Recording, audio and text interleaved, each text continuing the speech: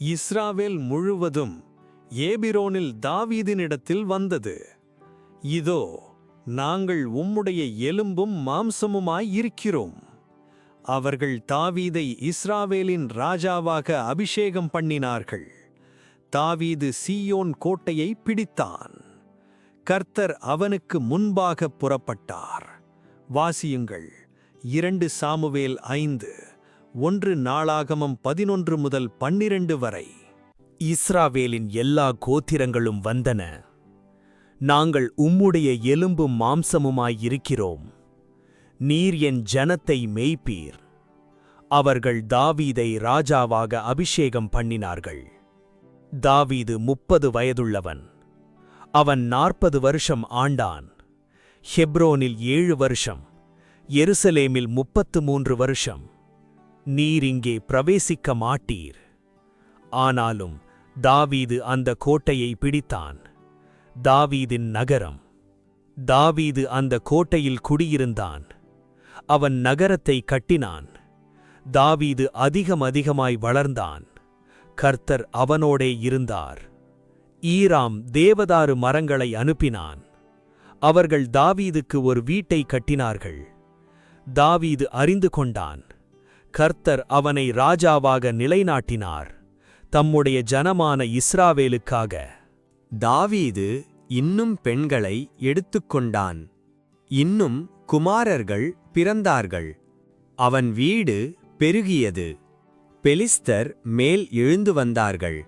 தாவீது கர்த்தரிடத்தில் விசாரித்தான், நான் மேல் போகட்டுமா? கர்த்தர் சொன்னார், மேல் போ. நான் அவர்களை உன் கையில் ஒப்புக் கொடுத்தேன். நீர் நேரடியாக போக வேண்டாம், காத்திரு.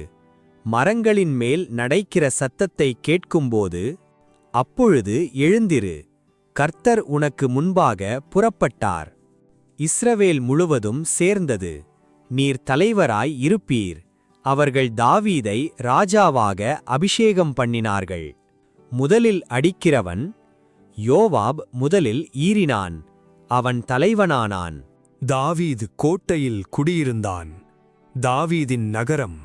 அவன் அதிகம் வளர்ந்தான். சேனைகளின் கர்த்தர் அவனோடே இருந்தார்.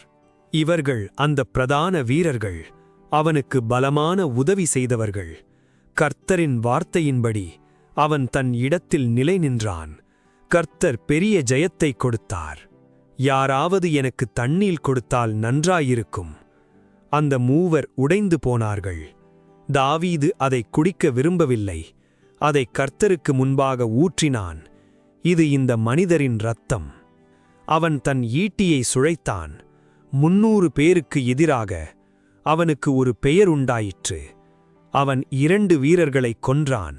அவன் ஒரு குழையில் இறங்கினான். பனி பெய்த நாளில் ஒரு சிங்கத்தையும் கொன்றான்.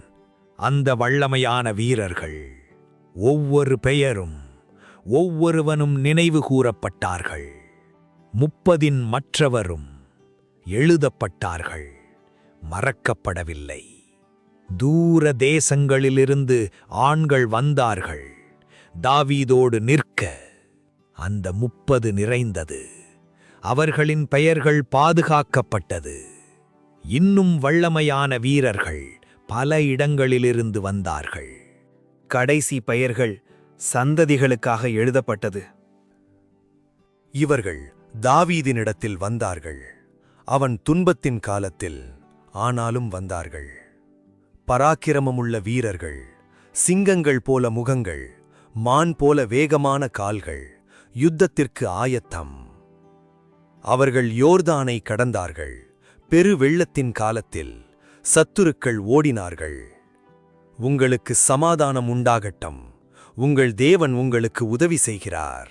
தாவீது அவர்களை ஏற்றுக்கொண்டான். நாளுக்கு நாள் ஜனங்கள் வந்தார்கள். தாவீதுக்கு உதவி செய்ய ஒரு பெரிய சேனையாகும் வரைக்கும் தேவனுடைய சேனை போல இவர்களின் எண்ணிக்கை இதுவு.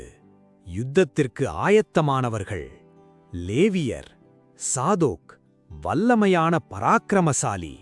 இன்னும் சவுலுக்குத்தான் உண்மையாயிருந்தார்கள். ஆனால் சில பேர் வந்தார்கள். எப்ராயிம் ஆண்கள், செபுலோன் ஆண்கள். இருதயம் இரண்டாக இல்லை. இஸ்சாக்கர் ஆண்கள், காலங்களை அறிந்தவர்கள், இஸ்ரவேல் என்ன செய்ய வேண்டுமென்று அறிந்தவர்கள். இவர்கள் எல்லாரும் முழு இருதயத்தோடு தாவீதை ராஜாவாக்க வந்தார்கள். இஸ்ரவேலில் சந்தோஷமுண்டாயிற்று.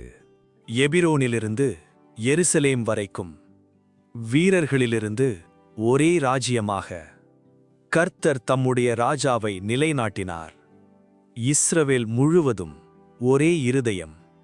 வாசியுங்கள் 2 சாமுவேல் 5, 1 நாளாகமம் 11 முதல் 12 வரை. தாவீது ஆண்டு கொண்டிருந்தான்.